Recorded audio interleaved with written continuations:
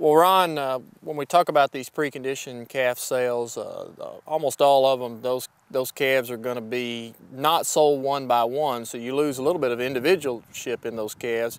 But some of the premium from a premium feeder calf sale comes from the commingling concept. Kind of talk a little bit about the commingling and when your calves are commingled with others and some of those things.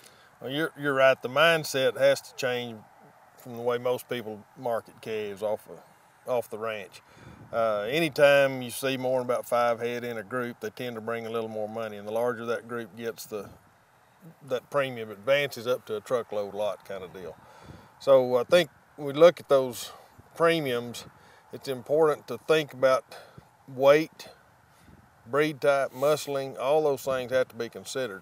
You sort based on sex, age, weight, color, muscling, condition, feel. I mean, it goes on and on. If you really don't really want to get a very uniform set of cattle, you've got to have a lot of them to sort through to get a uniform group. But if the guy that's doing the sorting or the person doing the sorting does a good job, you don't lose any value from your calves. You just add to it. That's right. So it's not just an aspect of my good calves are getting dumped in with some bad calves. It ultimately comes down to the person with the sale sorting those cattle correctly to make sure your calves are going to be sold with similar kind of calves. And I think a lot of that, cow-calf producers need to have an understanding of what the buyers are looking for. You may have a small group of really good calves, but he's looking for a large volume of similar type calves.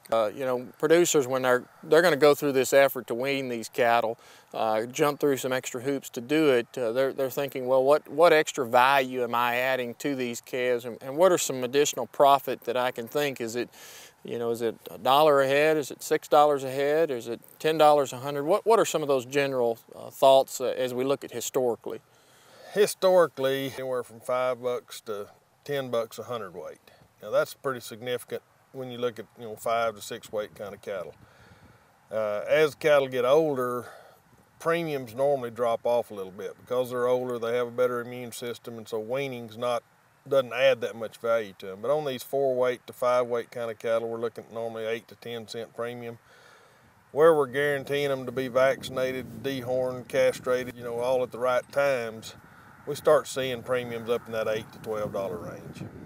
So there is some additional value. The key thing is that we know that there's going to be some additional expense associated with it, and you've got to look at the expenses from your medicine cost to the value or the cost of maintaining those cattle and hopefully getting some gain out of them during that time. The main thing in a ranch weaning program is to control cost. And there's a lot of things we can do to add cost to those calves and add value to them at the same time. But there is a concept called decreasing value of gain. Correct. And that's something that most cow-calf producers don't deal with on a daily basis. But as those calves get bigger, they're worth less per pound. So just because they're bringing a dollar, $1.10 a pound doesn't mean every pound you put on them is worth that much. And it's something that we really have to be considerate of when we're going in and looking at the nutritional management on a set of calves. No, you'll normally see about a $10 to $15 rollback on that weight calf for every 100 pounds. So, if he's a 500-pound calf and he went bringing the $1.10 at 550, he might bring a $1.05, just as comparison. So that value of that gain goes down. Most people think that the medicine cost, or the big cost associated with this preconditioned. What's an area, and that's not necessarily true. But oftentimes, it's nutrition is the breaking point, whether or not you make some money or lose money in this. In most of the programs where we've actually tracked expenses and really captured that, by far the largest expense is nutrition.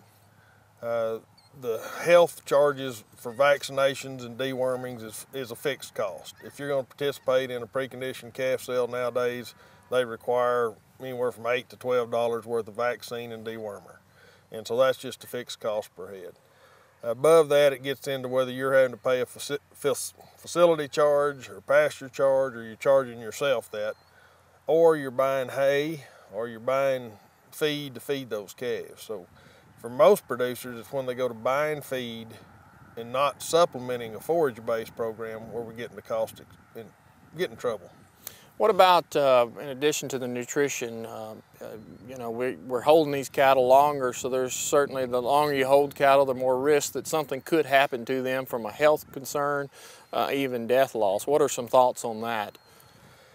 That's a big concern, and for most cow-calf operators, if you do a good job of managing the stress and getting those cattle to eat before you wean them, health and sickness rates is not that big a deal.